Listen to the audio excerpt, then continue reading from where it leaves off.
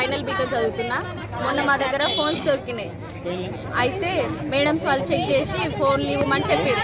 మేము ఇవ్వలేం sir. అప్పటికైనా personals check చేయం, ఫోన్లు ఇస్తే అది ఇదని చెప్పారు సార్ మేడమ్స్ వాళ్ళందరూ. మేము ఇస్తామని కొందరు తీసుకొని వచ్చి మేడమ్స్ వాళ్ళకి ఇచ్చారు సార్. ఇంకా కొందరు ఇవ్వలేరు. అయితే మళ్ళీ మేము ఎందుకు చెక్ చేయకూడదు మీ పర్సనల్స్ అని మళ్ళీ మొత్తం చెక్ చేసారు సార్. వాట్సాప్ చెక్ చేసిరు, మళ్ళీ గ్యాలరీ చెక్ చేసిరు, ఇలాంటి ఏమైనా ఫొటోస్ దిగేటి అని అన్నారు సార్. మొత్తం మెసేజ్లు అన్నీ చదివి మా జూనియర్స్ వాళ్ళకి చెప్తున్నారు సార్.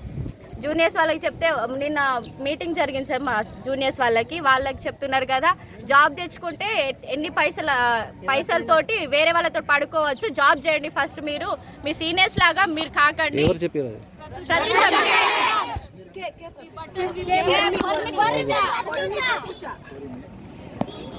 మీరు ఇంకెక్కడెక్కడ ఫోన్లు దాచుకుంటారో అన్ని బట్టలు విప్పి తీస్తా అని అంటున్నారు సార్. మీరు ప్రిన్సిపల్ మేడం చెప్పలేదా?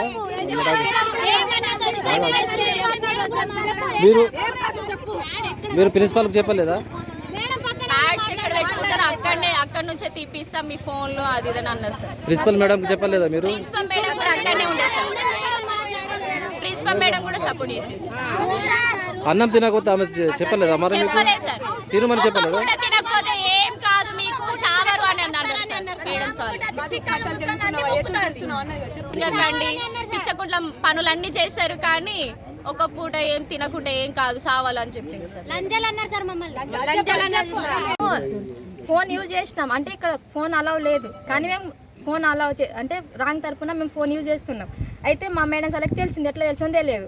ఫోన్ తీసుకోరండి అని అన్నారు. మమ్మల్ని లైబ్రరీలో కూర్చోబెట్టిర్రు. అయితే ఫోన్ ఇస్తారా ఇయ్యారని అన్నారు.